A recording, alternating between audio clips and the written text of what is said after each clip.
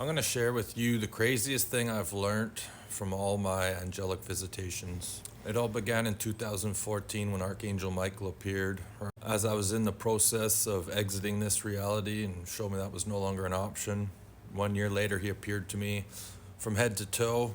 To see him with these magnificent wings that flowed above his head and below his feet, and he was carrying a sword and a shield, and that's where I learned something rather strange about Archangel Michael. He's actually left-handed. I didn't even know that was a thing in the spirit realm, but you carry a sword in your dominant hand, and he was carrying a sword in his left hand, around a round shield in his right hand. And he sent me this Christ consciousness that was energy that was just so blissful that I remember I just collapsed in my chair with the biggest smile on my face because it felt like every cell in my body was, having a party, let's just say. Ended up having another visitation from him when I was going to go for a hike around a lake. Came to me as a clear buzzing ball of energy, and his energy just came over me. I had multiple visits from angels, two from the soul of Jesus, one when I was having a shower at my old man's house in 2020, and one in 2021 when I was chilling on the beach with my buddy, and I just toppled over into the sand, and the next thing I knew, I left my body and I was in the presence of the soul of Jesus. Visitation from Shiva in 2022, and then out-of-body experiences where he's shown me things. And the craziest thing that I've learned from all of this is just how serious this life is down here on planet Earth, this incarnation. But when I look at the gamble you take incarnating here and the consequences if you do not pass, after my visitation from the soul of Jesus on October 20th, 2020, I started to have all these memories come back to me, not just past life memories, but being a soul in between incarnations. And I remember looking down on planet Earth and the incarnation cycle, and it showed me that people were just stuck in this loop, never evolving. I've got to see firsthand just how many good souls have come here in an attempt to help bring balance to this reality that have fallen into the darkness.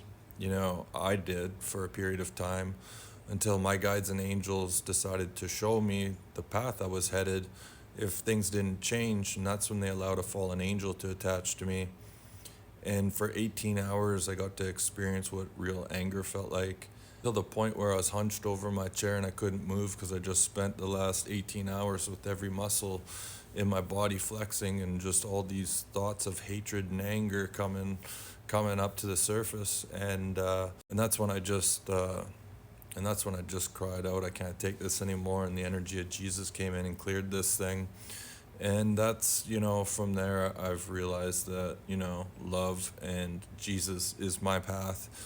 I've seen the other side, and no thank you. But the sad thing is, many people have fallen into the darkness trying to help bring balance to this place. And, it's a real easy thing to do down here, get pulled into the anger and be afraid to look at, and heal all your traumas. It's much easier to get angry. Unfortunately, that's what many individuals have done. The craziest thing I've learned is, this life is just a little blimp on the radar, and you are a soul for eternity. And this life is going to have a drastic impact on your afterlife. So when you realize this to the core, to the degree that I have, it's made me realize that there's nothing really worth selling your soul, so to speak, in this reality for. People don't realize this, but it's actually a good thing that your memory is blank slated before you incarnate here, because if you remembered all the other incarnations that are out there, you wouldn't be so pleased to be here. Another memory that came back to me was floating through the cosmos, because I'm kind of from out of town. And the first time I came up to planet Earth, viewing it from space as an energetic frequency, it absolutely disgusted me. And the first thing I thought to myself was, ew, who would want to incarnate there? Okay, I'd rather be in an incarnation where I can telepathically message a girl I think's cute and be like, hey, want to go have a date on the beach in Hawaii? And she's like, yeah, and then we teleport there and we're there in seconds.